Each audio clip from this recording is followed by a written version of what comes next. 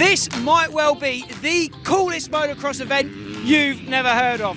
We're here in northern Italy, near Turin, at the Transborgaro race. Now, this is a race that attracts some top-notch riders, some American legends, some GP legends that are all here to have some fun on this track here in front of this massive crowd. I had never heard of this race before, this year before we got invited to come out and check it out. I don't know if you guys have heard of it, but I'm so surprised that I haven't, because like I said, there's American legends, there's GP legends here, world champions, AMA champions, Supercross champions. They're all here to have a good time, race some dirt bikes. Let's check it out, let's see what it's all about. We teamed up with our friend Dave King to make this video happen. Dave is one of the co-founders of the awesome VMXDN Fox Hill event, and he'll be taking care of some of the interviewing duties in this video. So in the pits today, we're going to try and talk to these riders, and we're certainly going to see them in action on track. We've got the likes of Broc Glover, 6-time AMA champion. Another 6-time champ, Jeff Stanton's here as well. Jamie Dobb, the last British world champion. I say last, Max actually won that race last night, so he's actually world champion now. But Jamie Dobb, 2001 125 champion's here. Chicco Chiodi's here as well. Americans, Danny LaPorte, world champion. We've got Chuck Sons here, Doug Dubach. There's such a big list of names, but one rider that I'm certainly going to be cheering on today is my buddy, my friend, Neville Bradshaw. He's racing in the youngest category here today, the 2000s class. He'll be racing against Chicco Chiodi, Davide Guarneri, Cedric Malott. They're all in his race. That will be a stat class, but Nev, I know he's going to come out swinging. He's going to be gunning for the win. From what I'm aware, this track is only used for this weekend of the year. Maybe last weekend they had a club race here, but they built the track for this event in this location. It's a pretty strange location for a motocross track, right next to the town, so all the townsfolk can come along and have a watch of the racing. But how it works is there's a class for riders from the 1970s, a class for riders from the 1980s, the 1990s and the 2000s. That's how this race works. Like I said, let's go and try and speak to some of these legends in the pits and then see them in action on track. The first guys to hit the track were the riders from the 1970s. We had a whole load of legends hitting the track, but there was one man that was head and shoulders above everyone else out there today, and that was the number one of Broc Glover. The Golden Boy was absolutely unstoppable, going 1-1 in both of his motos, crossing the line with a considerable lead in both races. So we're here at the Transborgaro 2023. Broc, what keeps bringing you back here? I think this is your 6th or 7th time? Yeah, it's my 6th time, but I think what brings you back, of course, is the food, the wine, and the friendship and camaraderie. So it's the only most of the time, it's the only race I do all year, and it keeps you coming every year. So, Chuck Son, I just wandering around the paddock and found you. What are you doing at the Transborgaro race? Well, we're just waiting for the track to warm up so it's not as greasy. So it's going to be awesome. I love it here. I'm just fortunate they invite me back every year, and the Barbero wine is fantastic, and they're very generous as host here, and the track is fun. And I always like to be surprised with a bike. And this year they have the Italian Fantic. It's smaller than what I normally ride, but I think with the track being slippery, a 250 will be okay. Yeah. So. And I've also spied here 50% of Team USA 1981, Danny LaPorte. It's always good to ride with Danny, you know, and we're just happy that we're still healthy and we can ride, you know. I'm pumped about being on, and we're going on the line right now, so we get to go have some fun. We'll let you go. Good luck, Chuck. Cheers, man. See you later. So Broc Glover went 1-1, Chuck Son had a good weekend with 7th overall, and Danny LaPorte, he started the weekend strong with a 4th place ride, but a DNF in race 2 meant that the fight for the remaining 2 podium places was blown wide open. So we're at the Transborgaro 2023 with none other than 1981 World 250 champion. 82 was it? That's my memory again. But hey, after that long, it doesn't matter, 1 year. Neil Hudson was 1981, yeah, you're right. And who was 1983? Joe Bay. I was second in So anyway, 1982 World 250 champion, Danny LaPorte. Danny, what brings you back? Because I know you've ridden here many times at the Transborgaro. That's right. I tried. First time was about 10 years ago, and what brings everybody here, I think, is just I mean, Italy. I think everybody knows. Not everybody, but they're so friendly, and so we have such a great time. We visit wineries and hang out in different cities, and it's just a lot of fun. And the Italian people are great. Like all the spectators, they know a lot about the history of motocross, and that's unique because a lot of places, like in America, we kind of move on. We don't think about the past, but the Italians are really, they're passionate and they remember everything about the past, which makes it really super warming. The people are super, super fun. The English are passionate as well, but they've got a little bit of a bad memory. So what is Danny LaPorte doing now?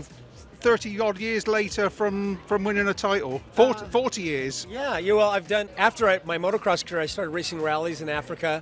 I did that for about 5 or 6 years, 7 years, Baja a little bit. And then after I quit that, I moved back from Europe and I went to work with FMF. And I've been at FMF for about 24 years.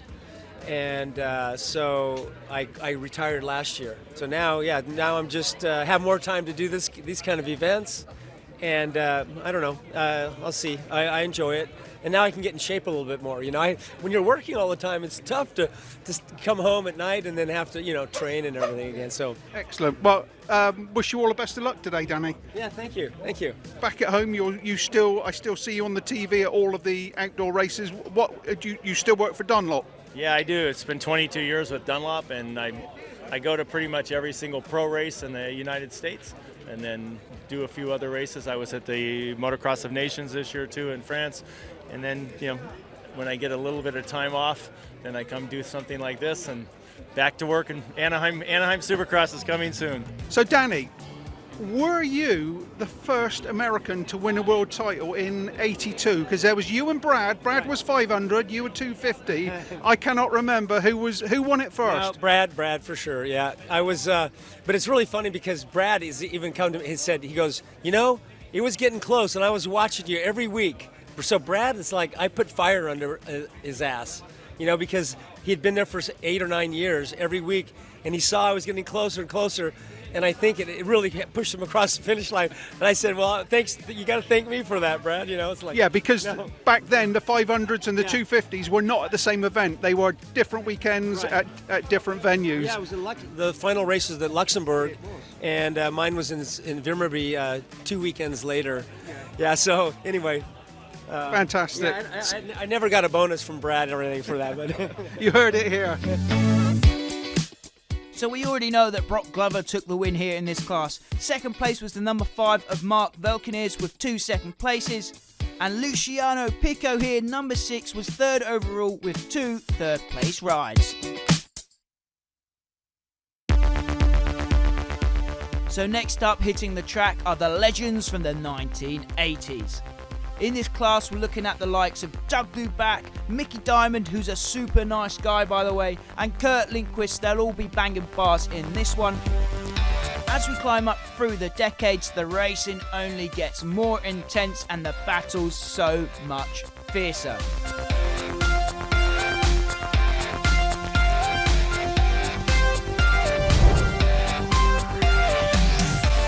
But once again here we had an American leading the way. Doug Dubach was absolutely unstoppable on board that Yamaha. He looked superb out there this weekend with a perfect scorecard going 1-1 in both of his races. So we're here with multi-world vet champion, VMXDN champion for many years, Doug Dubach. Doug, what brings you back to Transborgaro every year? Well, it's just such a great event. I've built some great friendships here, so it's always good to come back and see all the people, and I enjoy Italy, so it's just a good time here, looking for some good race action, and let the games begin. So we're here at the Transborgaro race near Turin in Italy. What brings you down here? Oh, it's the great guys over here. They invited me to come here, and they took care of all the expenses. And I think not the riding here is the most the important. It's the rest, to meet the other old former guys which I have been riding with, and also get a very nice bike to ride here. I will take it easy. I'm too old to try to make some really good result. I mean, I just ride for fun, and I'm happy that these guys has been inviting me here and take care of me very well. And some other big names here, some big Americans, Jeff Stanton, Chuck Son. Yeah, they are here, and the funny thing is that then we was talking with them here on Friday evening that when we was racing, we was quite silent to each other. We didn't talk too much because we was competitive to each other. Now we have the time to talk to each other about the former time. So I mean, it's a completely different world now to meet these guys, and I mean, it's fun. It's nice to talk that what we haven't been talking in 40 years. Describe the track to us. So we're here in late November. What's the track like? Well, this morning there was a fair bit of it that was still frozen, so that was a challenge. But it's looking better right now, so I'm looking forward to getting out there and seeing what we can do. Going for the win? Absolutely, Dave. Good luck to Doug.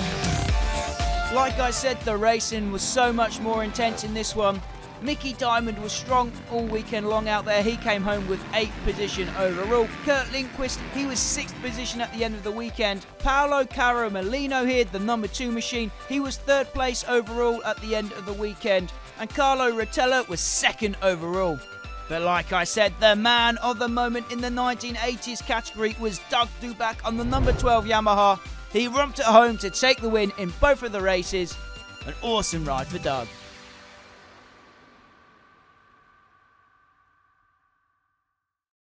The 1990s class saw one of the greatest to ever do it line up against one of my personal childhood heroes, as well as my buddy Sean Copeman as well. This was a stacked class. We also saw Beta Maneh on the 500cc 2-stroke Honda. The racing once again only getting fiercer and more intense as we climb through the decades.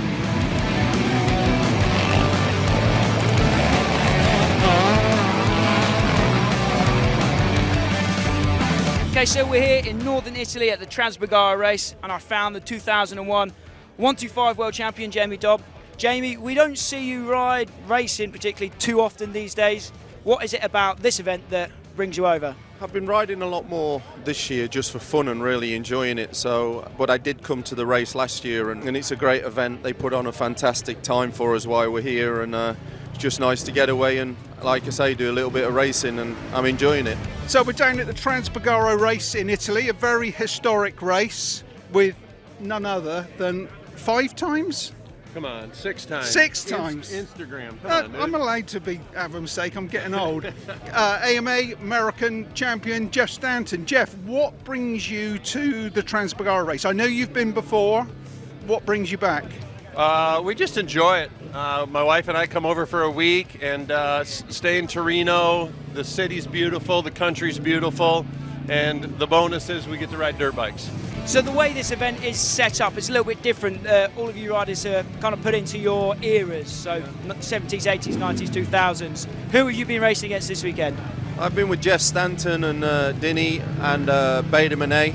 There's a bit difference in age groups and things like that, and you know, I think Dinny and Samuel, they're in the 40s, and obviously me and Jeff are in our 50s, so I'm using that as a little excuse. So It's strange because obviously with you being a 2001 champion, me as a kid, I'd always categorise you as a 2000s rider, but you also did so much in the 90s as well, I guess. yeah, I think the thing is I was 29 when I won the championship, where you're not used to that nowadays. So I'd started in the 80s. My first year was my first professional. I was 15 at 87, and then I moved up to the first year's Grand Prix was 88. So I did most of my riding in the 90s, you would say. So I think it's more age group more than era, I would say. I've looked at the track. It's not too savage, is it? It's great for old bones. It's great for old bones. A little rocky, a little bit frozen this morning, but no, it's safe, and it's a good group of people, and it's just a great event that they put together. 41 years. This is a 41 years into it, and so it's been an honor to be here for the last 10 years. This is my 10th year doing it, and we've just had a ball. And how much riding do you still do at home?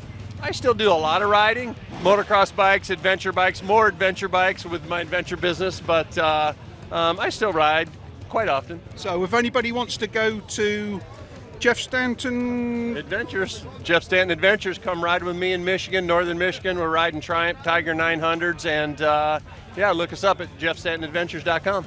And you're still Jeff Stanton the farmer? Still Jeff Stanton the farmer every day. We're farming about 6,000 acres. I raise whitetail deer. Yeah, life is good. Life is busy, but it's good. And are you riding for results here, or is it just to have a good time? As long as I'm in one piece, I'm a winner. So, I think the racer takes over you and stuff, and you try and do what you can. But obviously, I try and ride well within myself. We've all got old war wounds that we have to ride around. So, I mean, you say that. I did hear a few kind of pulling the clutch, get out of the way in that first race. Yeah, I mean, the thing is to just ride the line, and it's like you just lose so much time. So you just have to. It's normally a friendly, letting them know that you're there, that you don't hit each other, because I haven't got the arm power with arm pump to even hold the bike up if we did. So, Jamie, great to see you. Have a good one in the last race, mate. Thank you. Jeff Stanton on the number 1 Honda here was formidable in the early parts of the races. His style simply has not changed over the years. He looks exactly like he did on the bike 10, 20 years ago. He had a great battle in both of the races with Fabrizio Dini there on the number 5 machine. In both motos, Dini did get the better of Stanton to take the race wins, and Jeff had to settle for second in both of the races. But the Italian crowd here sure were happy to see Jeff Stanton doing his thing on track. Meanwhile, Jamie Dobb, he had 2 steady races coming through from about 5th or 6th in both motos to climb up into 3rd position. He claimed the final spot on the podium behind Stanton and Fabrizio Dini. And the final class of the weekend, the 2000s class. This Transborgaro event really is very cool. It's awesome to see some of the heroes of the past hitting the track once again, and for some people it was even cooler to be able to bang bars with their childhood heroes, with the riders that inspired them to get into the sport in the first place. That's exactly what friend of the channel Neville Bradshaw was able to do. In his first race of the weekend, he went toe to toe with 3-time world champion Alessio Chicco Chiodi. Okay, so we're at Transborgaro, and I've got my buddy here, Nev Bradshaw, racing all over the world these days. But Nev, tell us about this event. What's cool about this one? Just look around, dude. Like, it's unreal. Like, the amount of people that have come to watch, and just how cool everyone treats you. Same as when we're in America. Just the people just treat you really good. We've got good bikes to ride, and then just getting to race with your heroes. And getting to meet like the guys that you grew up admiring and be in the same race, getting to watch them ride. And we obviously still all share the same passion. We all still love riding dirt bikes. So it's pretty cool for everyone to come together. But man, I just can't believe the people walking around, like it's kind of like going back to like how Grand Prix were back in the day, just like it's hard to get from your pit to the start line. There's so many people, it's cool. So another rider down at Transborgaro, but for the first time, Alessio Chiodi. Alessio, what brings you to the Transborgaro race? Yeah, this is my first time. It's a really good event. The last 5 years also they asked me to come. But that is the first time. Yeah. So it's a little bit cold today, but the track is a little bit tricky, more like enduro style. But we need to ride, keep a good line. So it's really technical, but yeah. The track's in a weird location for a motocross track. We're right near a town. Just talk to us about the track. What is it actually like out there? It's just very hard pack. It was frozen this morning, so the ground's very hard. And they're quite cambered, and so because it's frozen, like it chopped up, it got quite square edged. But it's quite a cool little track. It's there's nothing major, there's no big jumps, just nice smooth going. There's some nice dirt in the turns, but it did rough up. To be fair, the track did get pretty rough, and my arms are gone, and I couldn't even hold on. But it's a cool track, like for what it is, and for the guys, the age of the guys, and what they plan to do is perfect, So the last time I saw you ride was in August at a very sunny Fox Hills in England.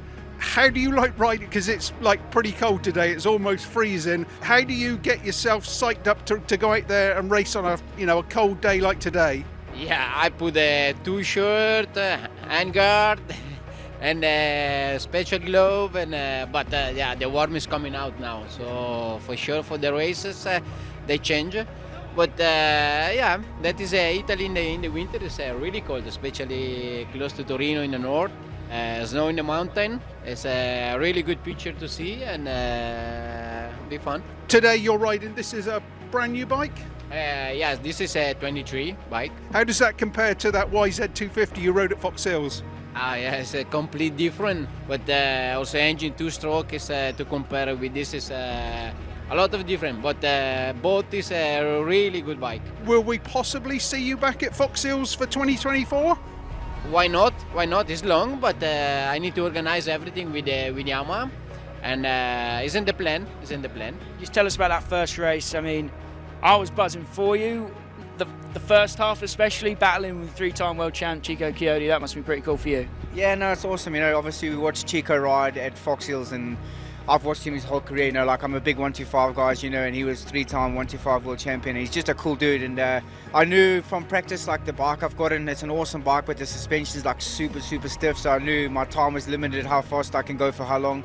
So I got a good start, and then yeah, just I knew this him behind me, and it's just cool to race with him. And then when he passed me, I didn't have anything for him. So hopefully in the next race, now I know the bike a bit more, I would like to like just put on a bit of a better battle with him, you know.